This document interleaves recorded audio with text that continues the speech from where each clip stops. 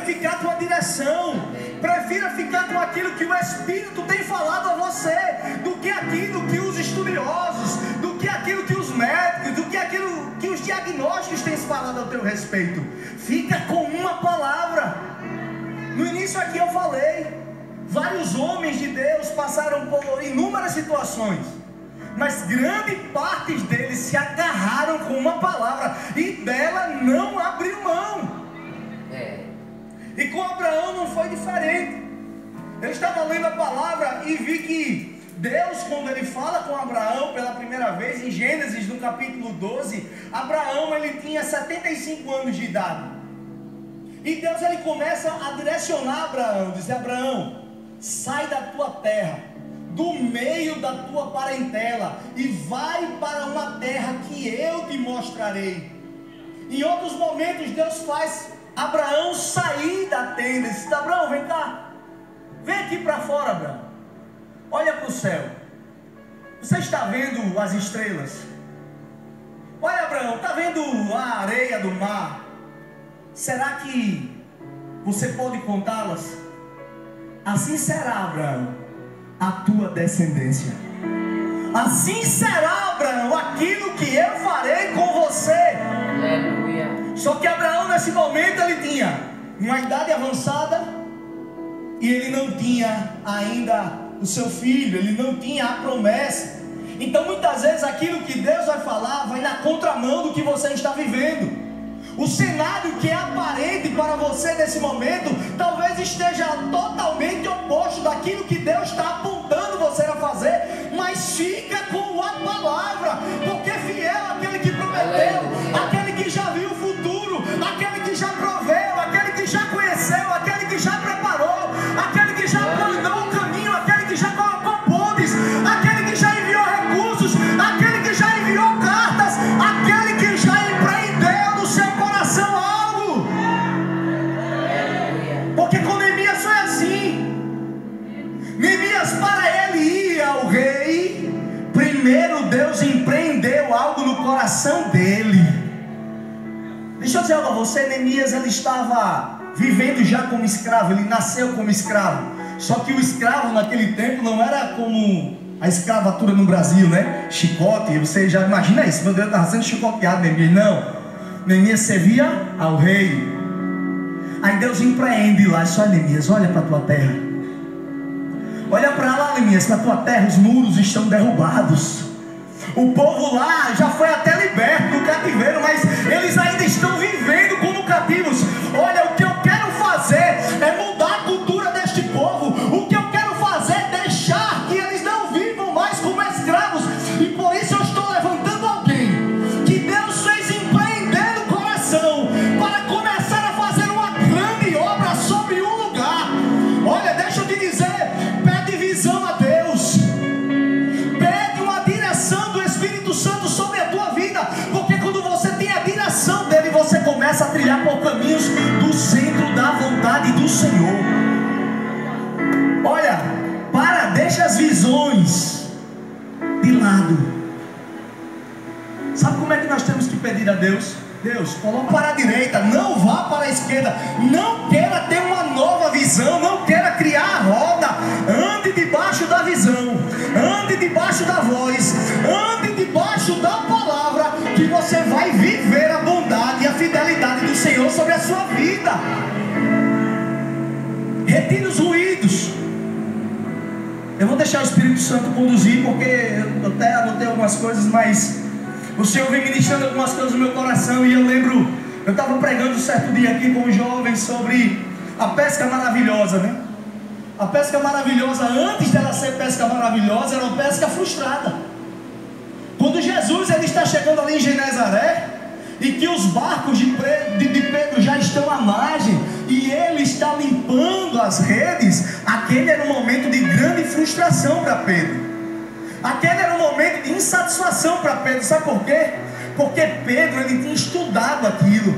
Pedro ele tinha preparado. Pedro ele tinha uma equipe de pesca. Ele tinha uma empresa. Ele tinha feito investimentos. Mas a Bíblia diz que ele sai para pescar, e quando ele volta ele não traz nada.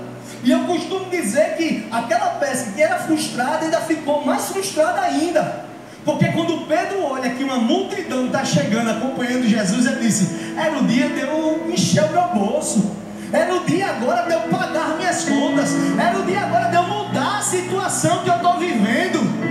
Aí Jesus fala: Pedro, vem cá. Ele primeiro entra no barco. Se você ler a palavra, você vai ver. Ele primeiro entra no barco.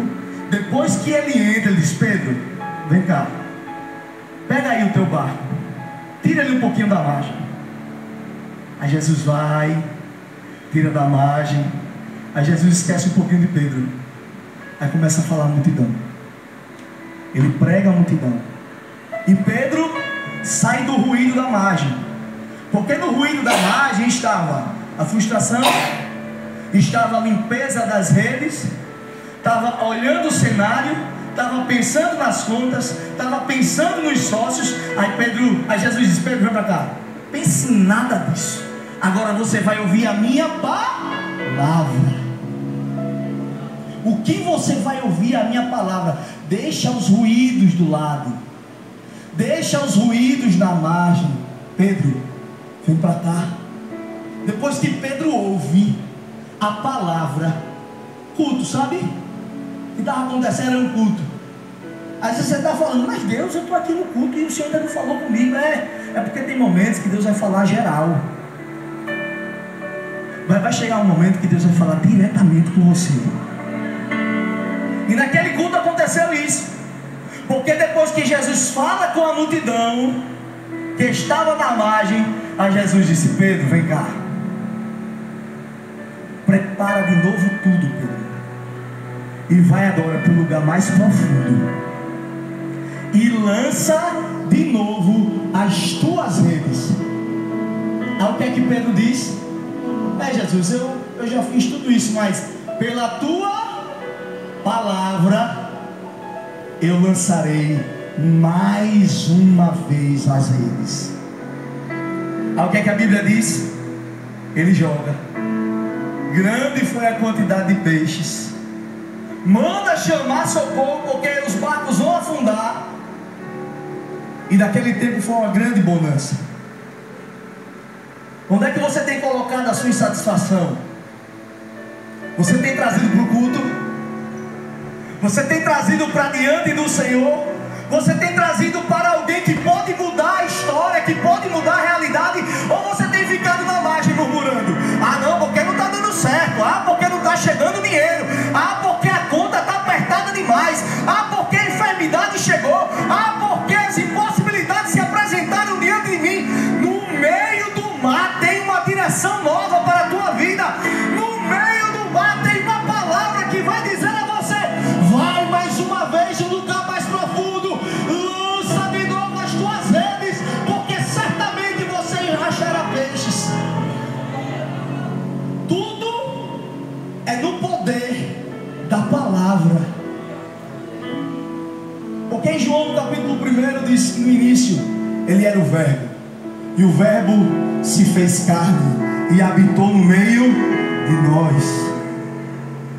Aí no Gênesis você chega lá, e pelo poder da palavra todas as coisas foram criadas. Aí quando a gente chega para Abraão, a gente olha todo esse cenário e diz: espera aí, Abraão com 75 anos recebe uma palavra, recebe uma promessa, e nós sabemos que essa promessa, para se concretizar, demorou 25 anos. Foi com 100 anos que Abraão recebe Isaac. Mas irmãos, o que é que eu vou fazer no meio deste tempo? Porque no meio desse tempo não foi um tempo parado. No meio desse tempo não foi um tempo perdido. Deixa eu te dizer, pode ser que para as pessoas olhem para você e dizem: está estagnado, está parado. Não, eu estou andando, eu estou tirando as tendas, eu estou tratando situações, eu estou operando no meio do deserto, no meio da luta eu estou orando. Pode ser que ninguém esteja me vendo, mas eu estou cavando poço. Eu estou cavando poço, e esse poço vai dar água no tempo certo, e este poço vai jorrar no tempo certo. Olha, não se importe com a palavra das pessoas. Para Neemias se levantou sabalate, se se levantou Tobias, se levantou Gesem, levantou toda a sorte. Mas ele, não, peraí, eu tenho carta, eu estou passando aqui com as cartas. Não, eu tenho acesso. O pastor Gasparinho pregou, eu tenho acesso aqui, ó. A carta é um acesso. Quando a gente para, não, está me parando por quê? Está aqui a palavra. Está me parando por quê? Eu tenho acesso. Abra os portões e deixa eu passar. Para Moisés, o acesso era o cajado. Qual é a autoridade que tem aí na tua mão? Tem uma autoridade que Deus deu só a você. Tem uma autoridade dentro da sua casa para você prosperar em Deus. Porque eu não sei se você percebeu, mas essa promessa foi feita a Abraão, mas era para a família dele. Como? Ele teve Ismael, mas Ismael não foi o filho da promessa, porque também estava sobre Sara. Sabe o que é que o Senhor ministra no meu coração? Aquilo que Ele vai fazer na tua família. Não, você não vai ser atrapalhado para isso. E Deus vai ajustar no meio do caminho a Sara, sabe? Tem uma Sara aí no meio da tua casa que talvez esteja rindo da promessa. Aí Jesus vai chegar e vai dizer: mulher, tu está rindo daquilo que eu falei. Tu não acredita na minha palavra, não. Ah, minha filha, o riso que você está tendo agora, você vai ter um que vai ser com motivo correto. Porque a Bíblia diz que Isaac, o significado do nome de Isaac é sorriso. Ela teve motivos para sorrir, mas agora foram motivos justos. Eu não sei quais são os motivos que tem te feito parar no meio dessa caminhada, os motivos que tem te feito olhar e retroceder. Mas deixa eu dizer, comece a focar naquilo que Deus falou para você. Se Deus mandou você desmontar as tendas, desmonte as tendas e siga para um caminho que talvez você nem conheça. Porque a gente olha para a vida de Abraão e o caminho era um caminho físico. Deus mandou ele caminhar por alguns caminhos, mas deixa eu dizer algo a você: o caminho que Deus está querendo fazer você trilhar é um caminho espiritual. Deus está querendo hoje te levar para um lugar espiritual e dizer: o que é que eu preciso desarmar hoje? Quais são as tendas que eu estou precisando, que eu tenho que desarmar hoje, e começar a trilhar por alguns caminhos. Talvez a tenda seja, sabe o que? A tua incredulidade. Talvez a tenda seja um lugar que está te prendendo a religiosidade. Talvez a tenda seja um lugar que está te prendendo a tua tradição familiar, ou até mesmo tudo aquilo que você aprendeu até chegar aos dias de hoje. Mas Deus está querendo dizer: eu estou querendo desconstruir algumas coisas em você, para eu poder construir algo que eu quero sobre a tua vida. Que a verdade é que a gente chega com alguns conceitos na casa de Deus, né? Não, o culto ele não pode ser assim. O culto não, aquela irmã está chorando demais. Essa lágrima não é uma lágrima. Irmão, chora também na presença dele. Se humilha também na presença dele. Aproveita os momentos na presença dele, porque são esses momentos que quando chegar lá nos teus 100 anos, você vai dizer: agora eu tenho motivo para sorrir, agora eu tenho motivo para me alegrar. Porque a grande verdade é que Deus nos faz passar por algumas prensas. Não sei se você já viu o processo do azeite. E para cada suco que sai do azeite, é para cada tipo específico do que ele vai ser utilizado. Não é todo o azeite que é utilizado para o óleo da unção. Caminha mais um pouco. Vai desarmando as tendas mais um pouco. Vai ouvindo a direção de Deus mais um pouco. Vai retirando algumas pessoas de perto mais um pouco. Eu estava sendo ministrado hoje sobre a vida de Ló, olhando para a vida dele. Mas Lózinho, rapaz, Lózinho era uma bênção, era um fofo. E eu comecei a olhar algumas características de Ló. E por que Abraão tinha apreço por Ló? A Bíblia diz que o pai de Ló, ele morreu cedo. Para aquele tempo, o tempo que as pessoas viviam 500 anos, 400 anos, 300 anos, era muito tempo, né, irmão? Mas a Bíblia diz que Ló, ele perde seu pai Arã um pouco cedo. E Tera, pai de Abraão, ele assume: Deus está te pedindo para você prosperar, você vai precisar deixar. Tem coisas que você tem um carinho muito grande, sabe?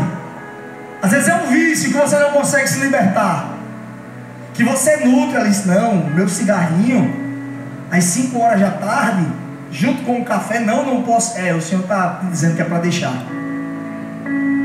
Pessoas que dependem até de você emocionalmente, o Senhor está começando a dizer: olha, dá a eles uma outra muleta, porque você não serve de muleta para ninguém.